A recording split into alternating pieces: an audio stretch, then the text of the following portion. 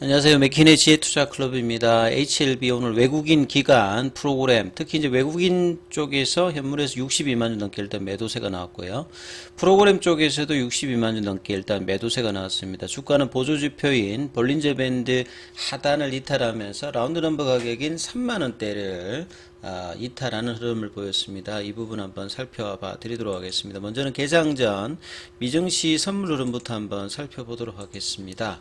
이번 주 이벤트가 많다고 말씀을 드렸는데요. 잭슨홀 미팅 관련되는 부분, 그 다음에 이제 엔비디아 관련되는 실적 발표를 앞두고 있는데, 자, 이런 부분들이 이제 오늘 새벽에 끝났을 때 엔비디아 어떤 급등으로 반도체 관련주들이 장 초반에는 흐름이 괜찮았습니다만, 자, 이내 이제 윗골이 나오면서 음봉으로 빠지는 흐름들이 조금 나왔죠.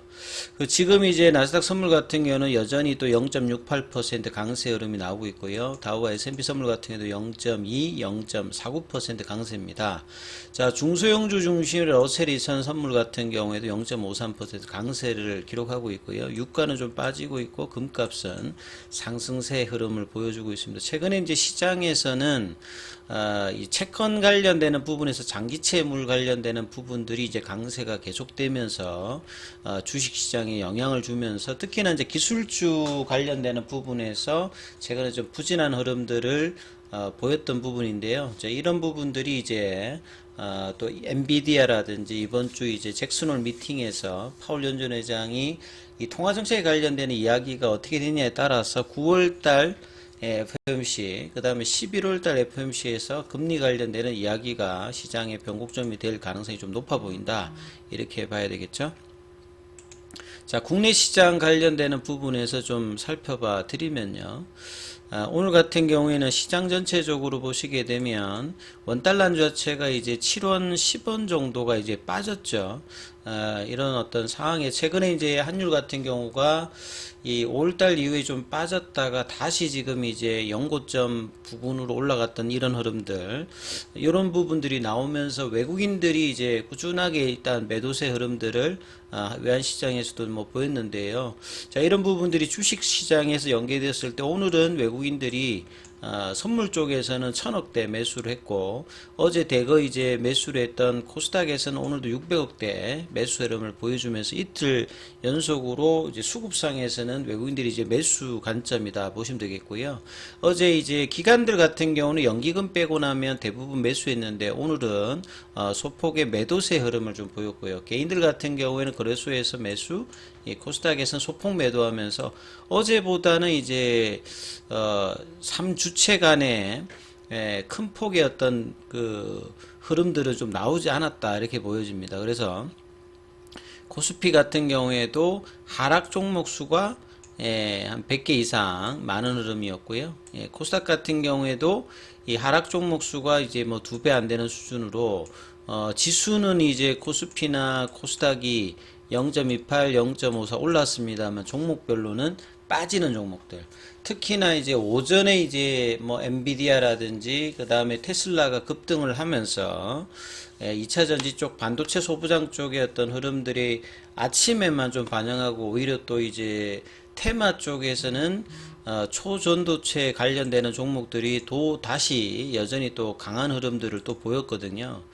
이 초전도체 관련되는 부분에서 신성델타테크가 또 이제 상한가를 가면서 이쪽에 어떤 흐름이 가면서 기존의 이제 반도체라든지 2차 전지 쪽에서 수급이 좀 빠져나왔던 흐름들을 보였고, 그리고 이제 최근에 좀 강했던 이 맥신 관련주들이 또 오늘 또 급락하는 흐름을 보였고, 시간에는 또 이제 강세로 좀 바뀌었는데요. 그래서 오늘 같은 경우는 또 이제 원전 오염수 관련되는 부분에서 이제 소금 관련주들이 이제 강세를 보였습니다만 시간에는 또 이제 빠지는 흐름을 보였죠. 그래서 이 반도체 소부장 관련되는 부분은 아침에 이제 강세 흐름들이 전반적으로 음봉으로 마무리가 좀 되는 어떤 흐름이었고요. 그 다음에 2차 전지 쪽 관련되는 부분은 에코프로나 에코프로 BM 뭐 이런 쪽에서는 강세입니다만 상승폭이 이제 아침보다는 좀 줄어서 뭐 끝난 어떤 흐름을 보였고요. 이 바이오 쪽은 사실 이제 최근에 액티브 ETF 출시라든지 미국 쪽에서 비만제 당뇨 치료 관련되는 부분들의 흐름들이 있는 상태에서 오늘도 보시게 되면 5장에 이제 비만 당뇨 쪽에서 보면 이제 동훈 아난텍이라 최근에 이제 5만 원대까지 갔다가 2만 원대 초반까지 이제 떨어졌다가 다시 또 급등하는 흐름을 보였고요. 인벤티지립이라든지 펩트론 요런 이제 당뇨 비만 치료제 관련되는 이제 국내 종목들이 좀 강세를 보였고요. 그 다음에 이제 액티브 ETF 쪽에 이제 편입되어 있는 종목들, 대표적으로 알테오젠, 보르노이 이런 종목들은 수급 이슈가 있어서 그나마 좀 강세를 보이고 있는데요. 전통 이제 신약 개발 관련되는 이제 바이오텍 관련되는 종목들, 그쪽에서는 이제 큰 흐름이 없는데 HLB 같은 경우에도 보시게 되면 아침에 이어서 5장에 이제 장중에는 29,000원대까지 빠졌다가 이제 29,150원에 마쳤습니다. 그래서 3만원대를 하회하는 흐름을 결과적으로 좀 보였고요. 시간의 가격은 이제 한 50원 정도 올라서 29,200원입니다. 그래서 무중이준으로 본다라고 하면 이 가격에다가 한 2,000원 정도 더하면 지금 한 31,000원대죠. 그래서 3만원대 어떤 흐름들, 이 흐름들이 이제 7월달에 이제 28,000원대까지 떨어졌던 부분에 그 준하는 어떤 흐름들, 결과적으로 이제 보조지표상에서 굉장히 중요한 이 볼린저 밴드 하단을 HLB가 이탈하고 나면 대부분이 좀 반등을 바로바로 보여주는 흐름을 보였거든요. 올해 들어서도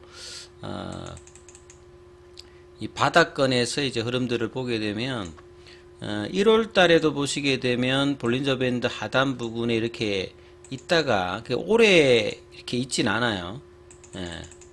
여기서도 이제 있다가 바로 양봉이 나왔고, 그 다음에 이제 하단 부분에서 이렇게 형성을 하다가 2월 달에도 좀 급등하는 흐름을 또 보였죠.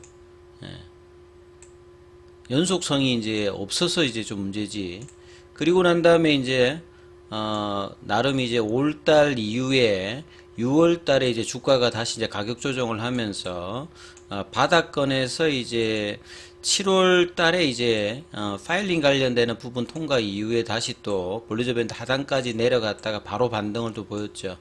그리고 이제 7월 말 정도에도 이 볼린저 밴드 하단 부분에서 또 반등을 보였고, 이번에 다시 또 이제 여기 구간이 좀 들어온 겁니다. 그래서 장기 박스권 하단 가격에 왔을 때는 반등세가 이제 항상 보여지는데, 중요한 부분들은 시장에서 이제 소외 흐름들이 계속 이제 진행되고 있는 부분들이고요.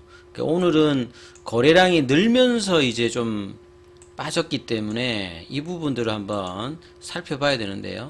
자, 외국인들 매도세가 62만 주고요. 기간도 한 10만 주 넘게 했고, 이 부분을 개인들이 일단 75만 주로 다 받아낸 어떤 모습입니다.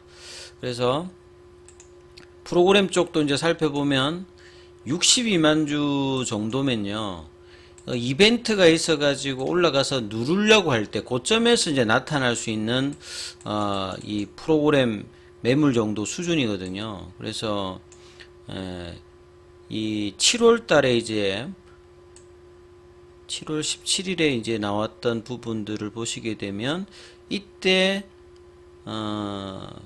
이 파일링 통과를 할 때 이때 이제 74만 주 정도, 요 정도 수준에 준할 만큼 거기 준할 만큼 60만 주면 굉장히 많은 어떤 물량들이 이 거래량 대비해서도 이 정도의 어떤 거래량이 아닌데, 7월달, 이 8월달에 이 거래량 상에서 이 프로그램 관련되는 부분들과 그 다음에 공매도 관련되는 부분들도 오늘 20%가 넘었지 않습니까? 그래서 계속된 이제 프로그램과 연계된 공매도 관련되는 압박이 있으면서 하방으로 좀 누르는 거. 이 공매도 입장에서 보게 되면 누를 수 있을 때 계속 이제 눌러진다라고 하면 자기들이 이제 수익이 계속 올라가는 거고, 나중에 이제 올라오더라도 밑단까지 먼저 이렇게 빼버렸다가 강력하게만 못 올라오게 되면 계속 이제 그 상태에서 이제 수익권을 유지할 수 있는 부분이잖아요.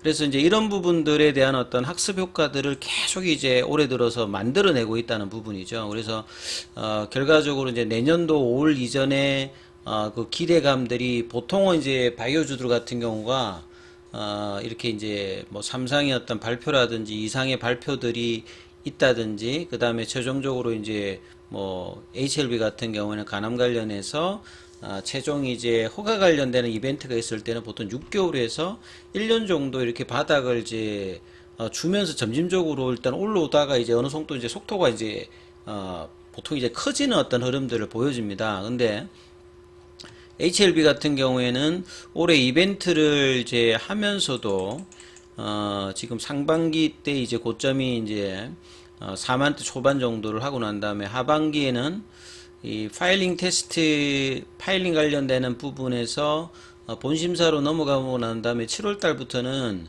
계속 이제 박스권 형태로 좀처럼 이제 이 부분을 못 벗어나고 있거든요. 그래서 여기에 가장 이제 수급 이슈도 있고 매크로 변수는 결국은 이 바이오텍 같은 경우에는 가장 중요한 매크로 변수가 결국 금리입니다.